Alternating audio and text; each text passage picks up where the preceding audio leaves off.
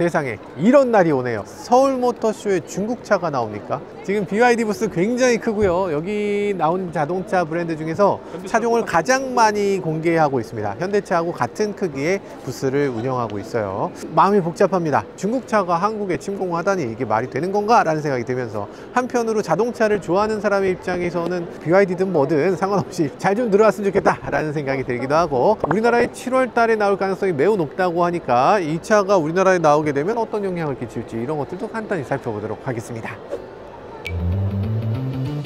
이 BYD C를 보면 저희는 가장 먼저 떠오르는 차가 하나 있습니다. 아이오닉 6가 떠올라요. 그런데 이젠 더 이상 그런 말이 통하지 않을 것 같아요. 왜냐면 아이오닉이 페이스리프트 했어. 이제 아이오닉 6가 디자인상에서 살짝 낮은 게 아닌가라는 생각이 들어요. 역시 우리나라 자동차 회사들이 디자인에 강점이 있구나, 문제가 있으면 빠르게 바꿀 수 있는 그런 능력을 갖추고 있구나 라는 생각이 들기도 합니다. 아이오닉 6가 갖고 있었던 그런 느낌, 이런 둥근 느낌을 그대로 갖고 있고요. 공기역학 개수로 봤을 때 0.219라는 어마어마한 숫자를 보여주고요. 공기 저항 개수에 너무나 몰입한 나머지 이런 식의 디자인이 됐다, 뭔가 아이오닉 6와 비슷한 느낌이 든다 라는 얘기들을 많이들 하는 것 같습니다. 어떻게 만족스러우세요? 우리나라에 금방 나올 차예요. 여러분들이 금방 도로에서 보시게 될 차입니다. 그런 면에서 이 차를 보면요, 오션 에스테틱이라고 하면서 물개에서 영향을 받았다고 하는데 어디가 물개인지 잘 모르겠고요. 아무튼 이름은 물개입니다. 이름은 BYD 물개라는 이름의 자동차예요. BYD 배지 이거 너무 크다. 굳이? 라는 생각이 들어요. BYD가 약간 엠블럼 같은 걸로 좀 바뀌면 어땠을까 하는 생각이 들긴 하고요. 그렇지만 여기 빌드 유어 드림이라고 써있는 차도 있잖아요. 그걸 보고 오면 아, 이거면 훌륭하네요. 훌륭하네요. 마음이 탁 놓이네. 그리고 여기 보면 AWD 배지 있는데 AWD는 되게 작게 있네.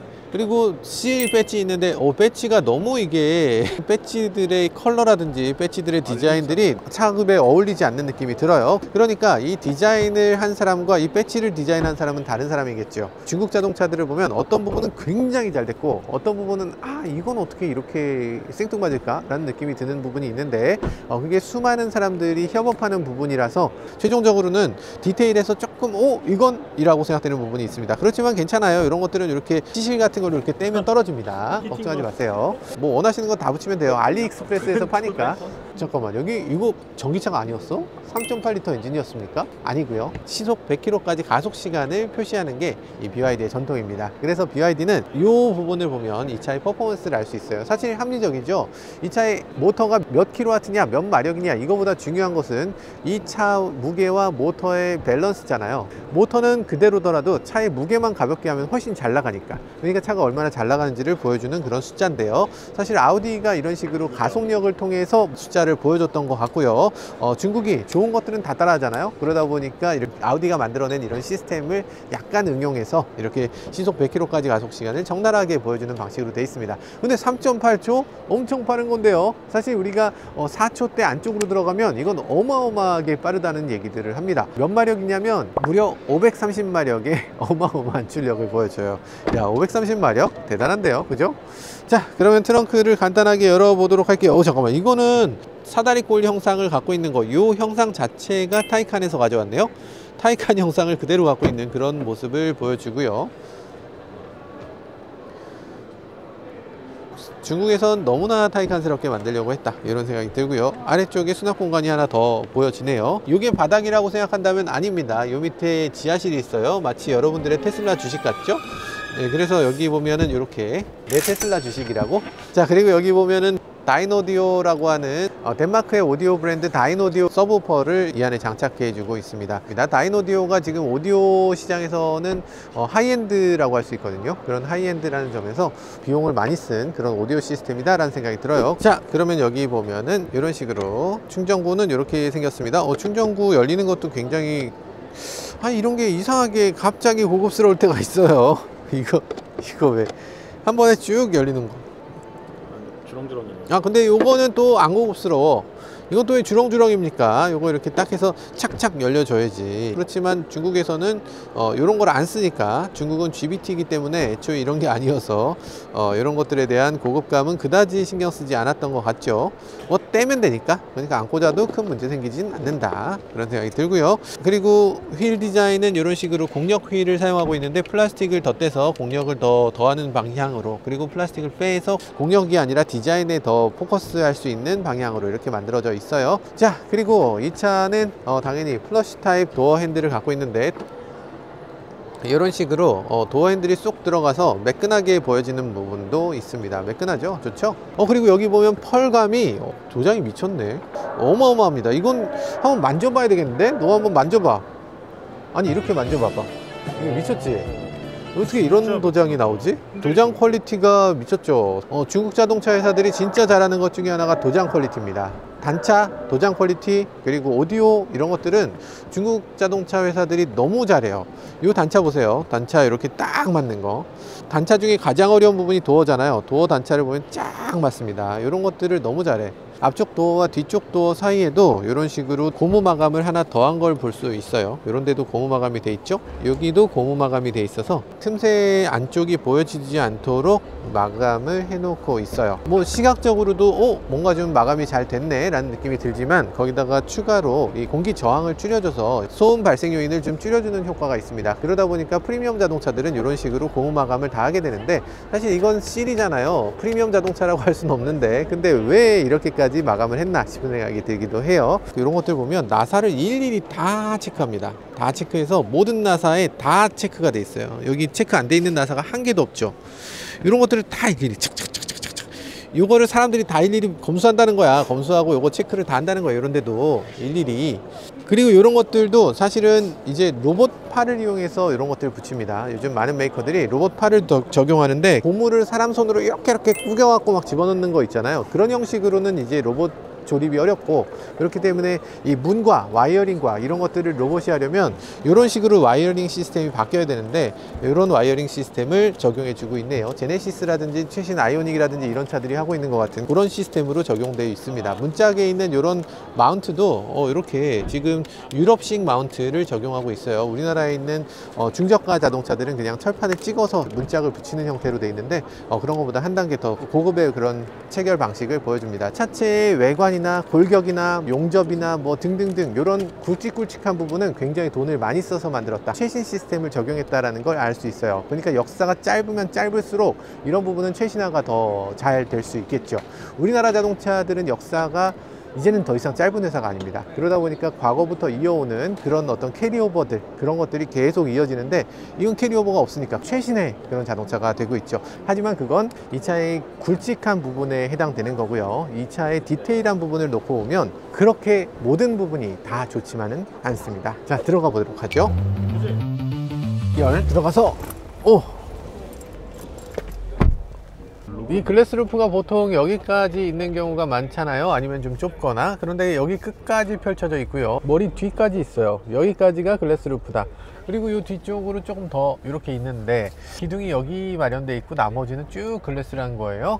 모델 Y 같은 그런 느낌의 글래스 루프네요. 완전히 큰 글래스 루프를 보여주고요. 실제로 이게 얼만큼 열을 차단해 주는지는 나중에 한번 다시 살펴봐야 될 것 같고요. 전체적인 느낌은 아마 중국 사람들은 이게 더 멋있다고 생각할 수 있을 것 같아요. 근데 우리나라 사람들의 기준에서는 조금 우중충하다 라고 생각되는 부분도 있습니다. 일단 이런 부분이 너무 파트가 많이 나눠져 있고, 그리고 파트가 이런 식으로 곡선으로 막 있으면 우리나라 소비자들이 이런 거 좀 안 좋아하거든요. 그래서 약간 좀 더 단순화 시켜주면 좋겠다, 그런 생각이 들고요. 옆에 있는 도어 트림도 마찬가지입니다. 요게 쪼개져 있고 쪼개져 있고 쪼개져 있고 쪼개져 있고 이렇게 쪼개진 게 너무 많아서 아마 이것도 조금 우리나라 소비자들에게는 좀 아쉽다고 생각될 수 있는 부분인 것 같아요. 그러면 이걸 쪼갰을 때 그만큼 비용이 줄어드냐? 아니고 늘어납니다. 더 예쁘게 하기 위한 여러 가지 노력들이 과도하다고 느껴지는 거죠. 그래서 이 한국 사람 입장에서 BYD 디자인을 보면 제발 그만하세요, 그냥 심플하게 내놓으세요 라는 생각이 절로 드는 그런 요소들이 많이 있습니다. 복잡하지만 이런 것들, 앰비언트 라이트를 꼼꼼하게 집어넣은 부분이라든지 이렇게 크롬을 덧붙인 부분이라든지 이런 것들이 어쨌든 비용적으로 많이 썼다 라는 생각이 듭니다.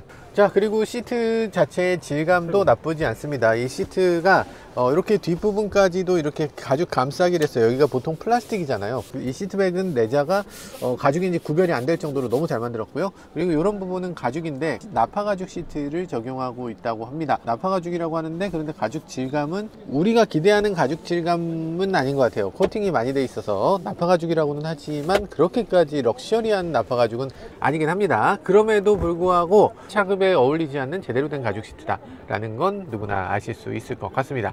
자, 그럼 다이노디오라는 글씨가 계속 눈에 띄는데 이 뒷좌석에서 오디오 품질은 어떤지 살펴보도록 하겠습니다.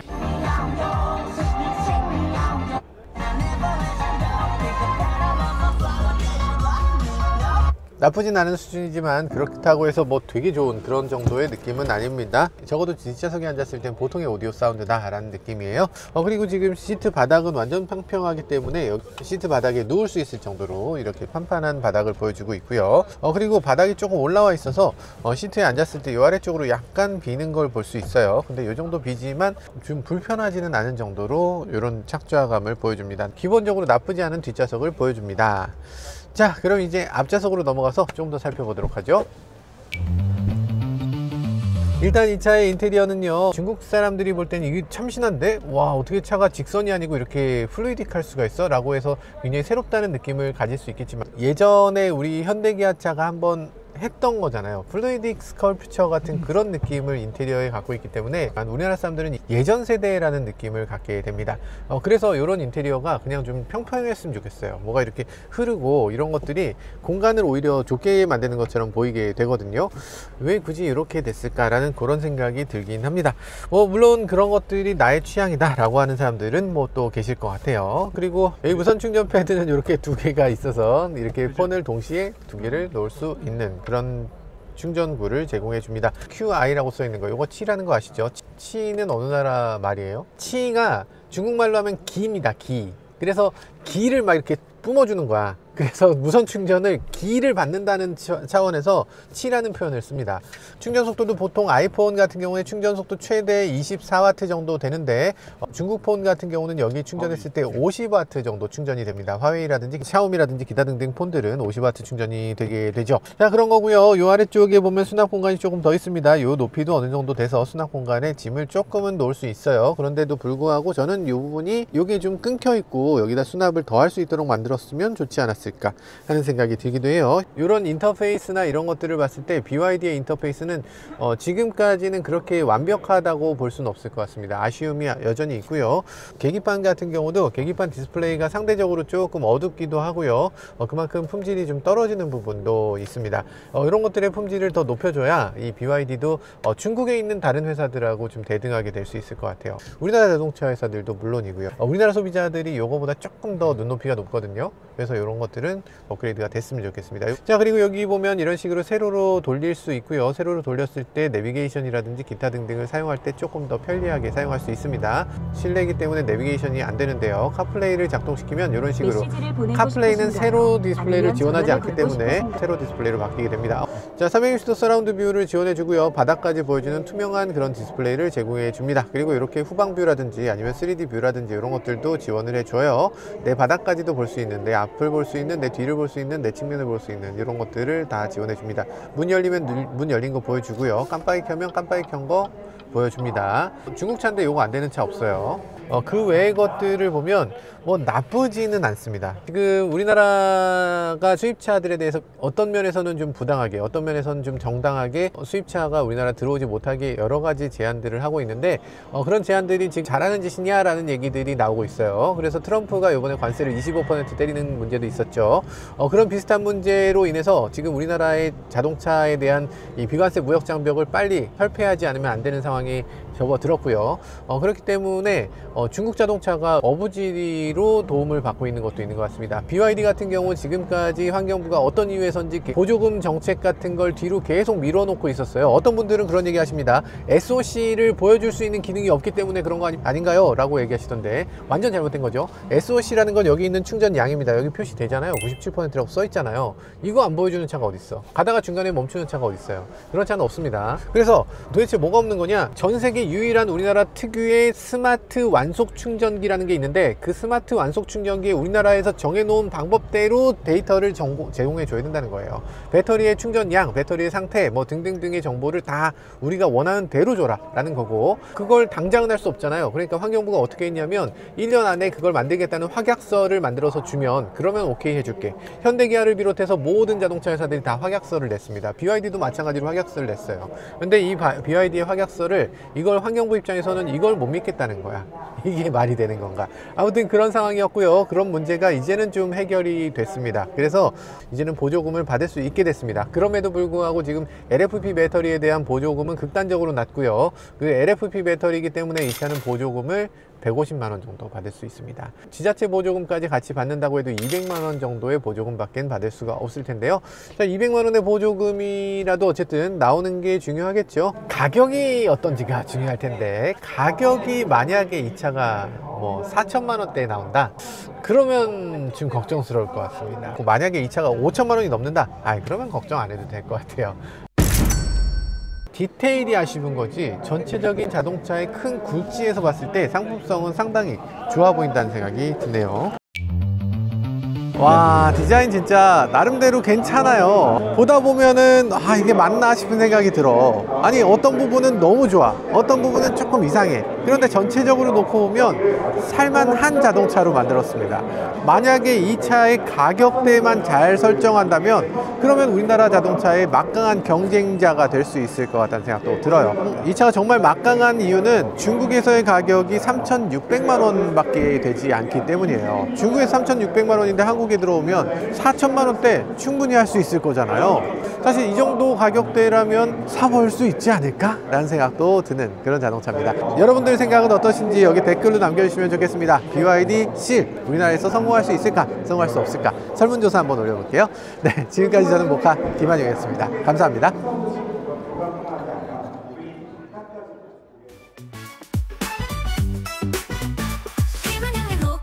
차의 이야기 세상은 넓어 차들은 달려가지 하나 둘씩 펼쳐지는 차의 모험 바퀴 아래 세상은 무궁무진해